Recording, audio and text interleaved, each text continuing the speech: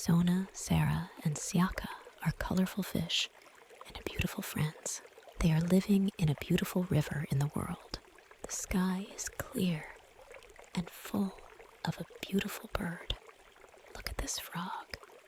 Do you think it is beautiful? But this frog was sad. I don't know why. One day, Sarah was swimming near the bank of the river. She saw 3 fishermen sitting in their boat. She quickly returned to her friends, Sona and Siaka. Terrified with fear and shaking, Siaka said, "Let us leave this river. We have to go from this place." But Sona was the eldest among them, and she had a clear mind and wisdom. I will never leave my home. We have lived in this river all our life and will not leave it. Whatever will be, will be. Fishermen started throwing their nets into the river. Sarah and Siaka, caught in the net, Oh my God, I caught a lot of pretended fish. to be dead. Sarah and Siaka pretended they are dead.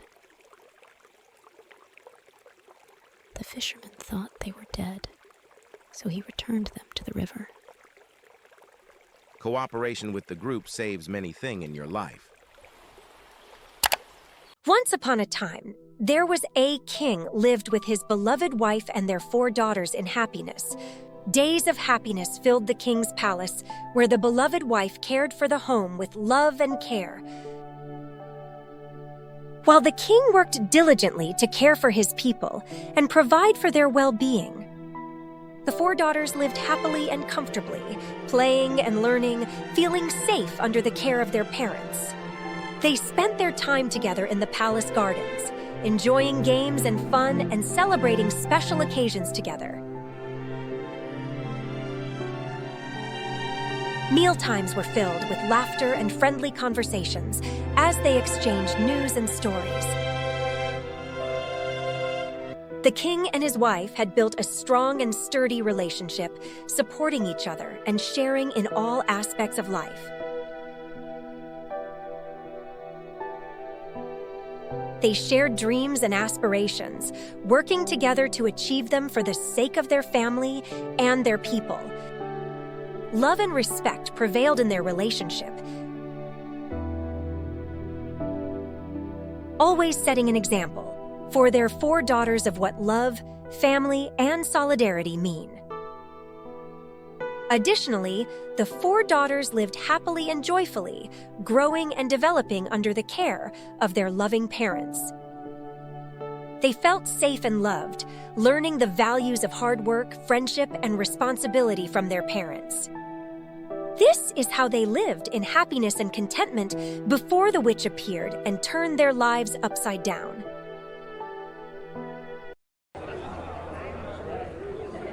One day, an evil witch came to the king's palace and demanded that he give her one of his daughters to assist her in her affairs. What is this request you're making? I cannot offer any of my daughters to serve you. Beware, King. I have unstoppable power. You'll regret refusing my request. Your threats do not intimidate me. Leave my palace now before I am forced to expel you. The witch, feeling extreme anger, threatened the king that she would take revenge.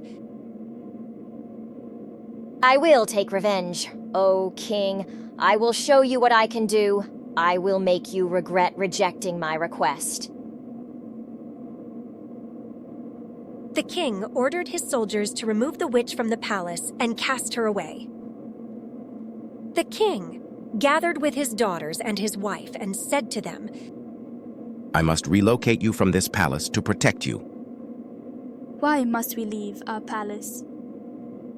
There is an evil witch threatening revenge if I do not offer one of you for her service. We fear leaving you alone. What will you do without us? I will do everything in my power to protect you, but you must relocate to a safe place. What shall we do now? We must find a way to return to our father and to the palace. Do you think there's a solution to this problem? When the witch, feeling extreme anger, threatened the king that she would take revenge.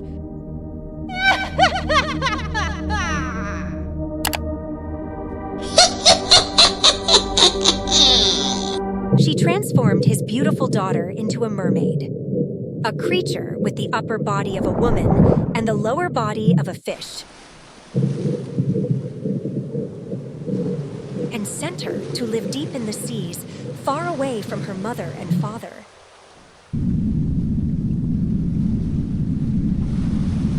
Perse, knowing that his daughter would not return to her human form for many years, the mermaid lived in the depths of the ocean for several years.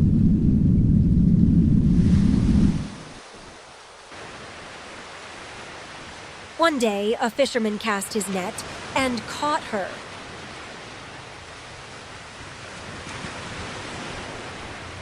Terrified, the mermaid pleaded with the fisherman to let her go, offering him many jewels and treasures in return. The fisherman agreed and released her after some time. The mermaid returned with pearls and jewels, which she gave to the fisherman as a token of gratitude. Delighted, the fisherman went to a merchant to sell the jewels.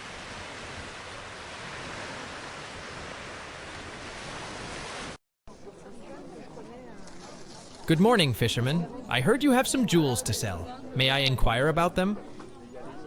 Where did you get these jewels from? Indeed, yes. I found them in a jar while I was out fishing. You say you found them in a jar? Yes, that's correct. A jar filled with jewels. Where exactly did you find this jar? It was just lying at the bottom of the sea while I was casting my net.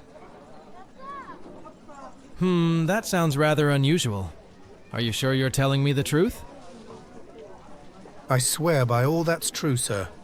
It was a stroke of luck indeed. We shall see about that. Now let's see these jewels you've brought. The merchant didn't believe him and decided to watch and follow him. The fisherman returned to his house with abundant food for his wife and children, and that night he slept. The next day, the fisherman went to thank the mermaid.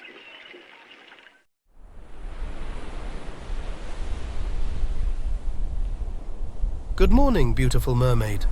I have come to thank you for the precious jewels you gave me. Good morning, kind fisherman. It was my pleasure to assist you. You are truly deserving of more than just jewels. I wish I hadn't become a mermaid. I was a happy human girl once. Don't despair. I'll help you find the witch and break the curse. Thank you, but the journey is long, and being transformed into the sea made me weak. I'll bring you what you need. You won't be alone here anymore. Thank you, but where do we start looking? The ocean world is vast. We'll begin by searching the places where the witch could be. I have an old friend in a village near the sea. Perhaps he knows something. You seem fortunate to have friends you can rely on. I'm grateful to you for deciding to help me. No need for thanks. I'll do everything I can to get you back to your family. Your generosity knows no bounds. I am grateful beyond words for your help. It is the least I could do for someone as kind-hearted as you. But remember, true treasures lie within your heart. Your words are wise, dear mermaid. I will cherish these jewels as a reminder of your kindness and the lessons you've taught me. May they bring you joy and prosperity on your journey, noble fisherman. Farewell until we meet again.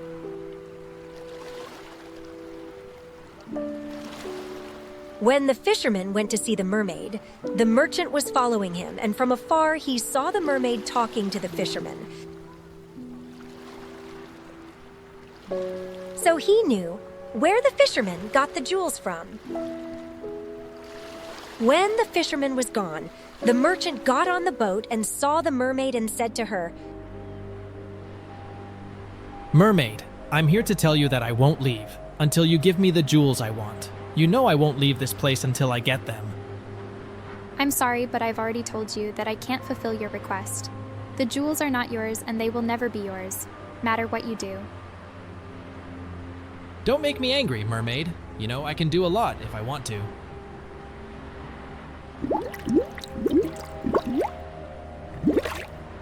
I'm not afraid of your threats, merchant.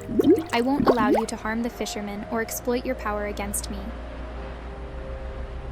If you refuse to cooperate, I'll have to take harsher measures. You'll regret your refusal. I won't submit to you because you are wicked and greedy.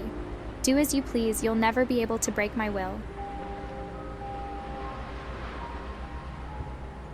The merchant tried to catch her ear, but she escaped.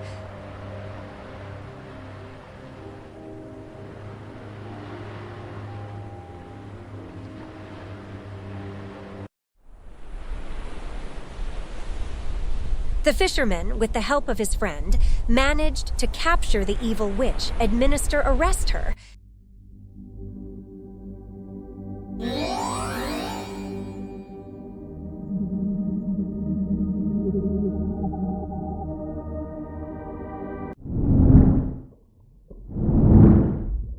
The cure was an herb that she chewed, and it restored her to her human state.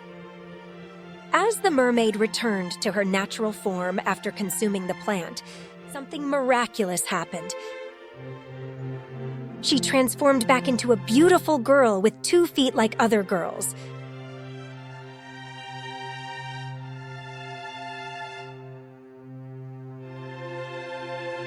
The fisherman took the girl back to the king's palace, where the king was astonished by what had occurred. He thanked the fisherman for his deed and honored him, giving him many jewels. The king honored the fisherman as well and appointed him as the commander of the naval fleet. The family lived happily with the return of their daughter. Please leave a like if you liked the story and subscribe to the channel. Thank you.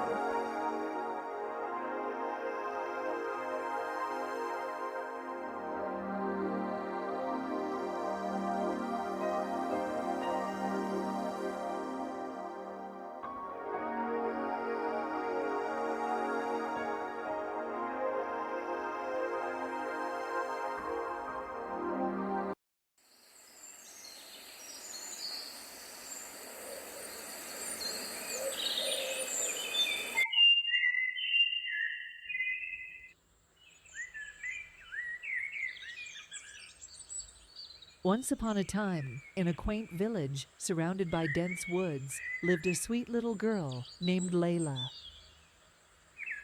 She was known for her vibrant red hood that she wore every day. She was loved by all the villagers. She had a charm that made her loved by everyone. Layla is considered a shining light in the village, spreading joy and positivity wherever.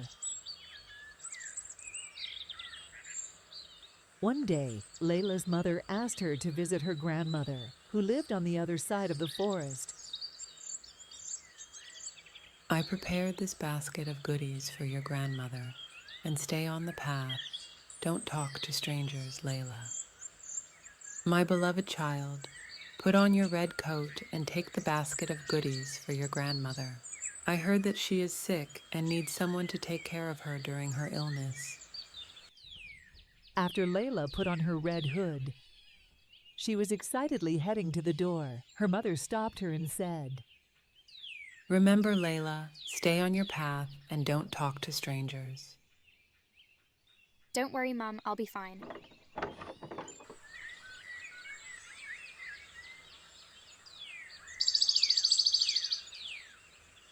She arrived in the forest where her grandmother lived. While Layla was waking in the forest, she saw a wolf. Layla did not feel afraid when she saw him.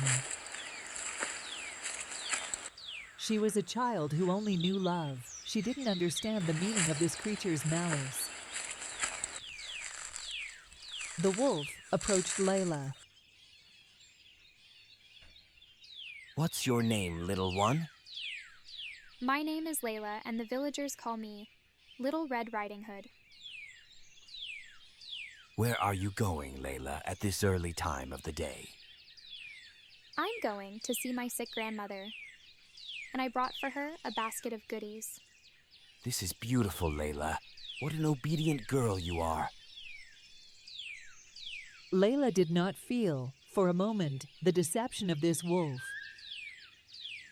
She felt happy because she thought he is a nice being like her, and she smiled at him. Thank you, Wolf. You are a nice wolf. The wolf was happy because he was able to make her trust him. Layla, my little girl, you didn't tell me where your grandmother lives. Let's you and I race over there and see who gets there first. My grandmother lives in a small, beautiful wooden house at the end of the forest. The wolf moved as quickly as possible, and in the meantime, Layla was also heading to her grandmother's house. On her way, she saw a very beautiful flowers. It was a little far from her way, but she wants to take some flowers to sick grandmother. The wolf had found the grandmother's house, and Layla had not arrived yet. The wolf reached the home and knocked on the door. Grandmother couldn't get out of bed because she was sick. Who's knocking the door? The wolf said, trying to disguise his voice. It's me, Layla, your granddaughter. The grandmother said, hesitantly, ignoring her feeling that the sound was strange. Welcome in, my dear. The cunning wolf entered the house, and the grandmother was terrified when she saw him. The wolf grabbed her and locked her in the closet.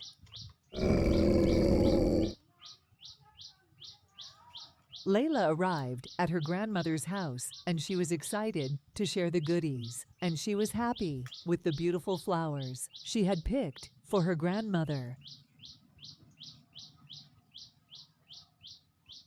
Wolf imitating grandmother's voice. Who is it, dear? It's me, Layla, your granddaughter. Grandma, why, it is dark here. It's better for my eyes, my dear. Layla noticed something else strange about her grandmother and asked again. And what big ears you have. All the better to hear you with, my sweet.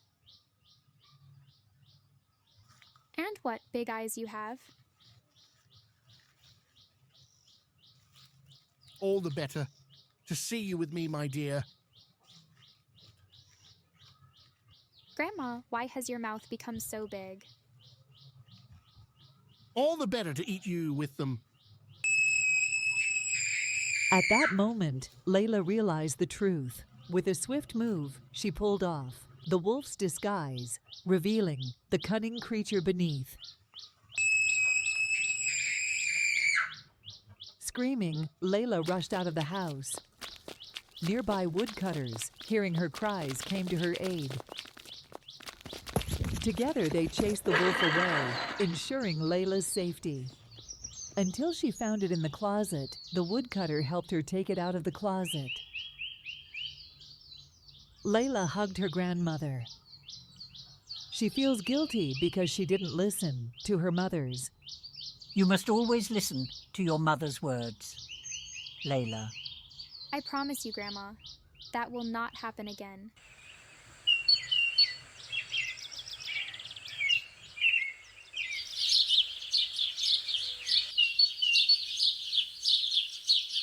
From that day forward, Layla learned the importance of caution and not trusting strangers, and not ignore her mother's advice.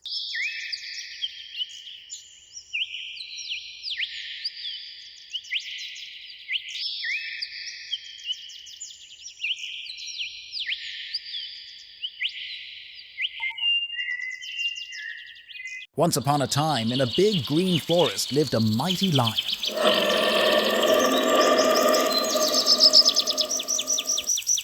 He was the king of all the animals.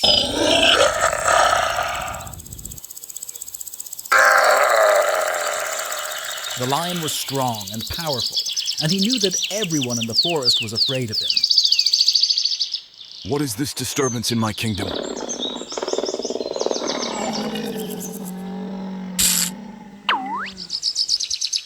Oh, mighty lion, please forgive me. I didn't mean to disturb you. I'm just a little mouse. Who dares disturb my rest? Oh, mighty lion, please forgive me. I didn't mean to disturb you. I'm just a little mouse. A mouse in my presence? I should crush you for daring to cross my path.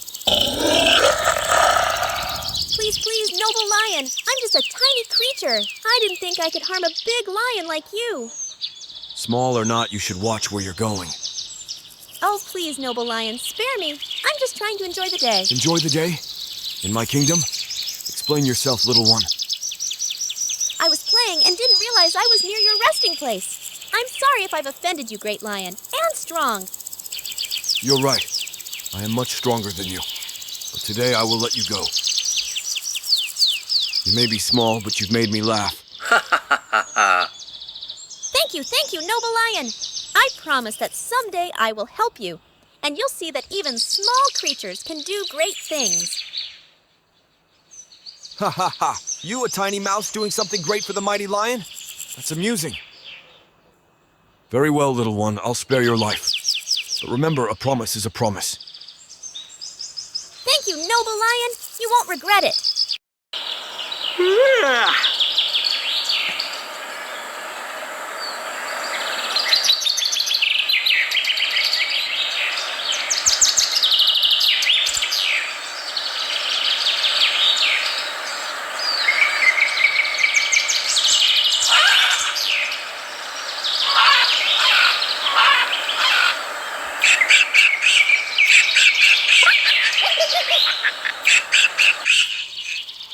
Time passed, and the lion found himself caught in a hunter's net.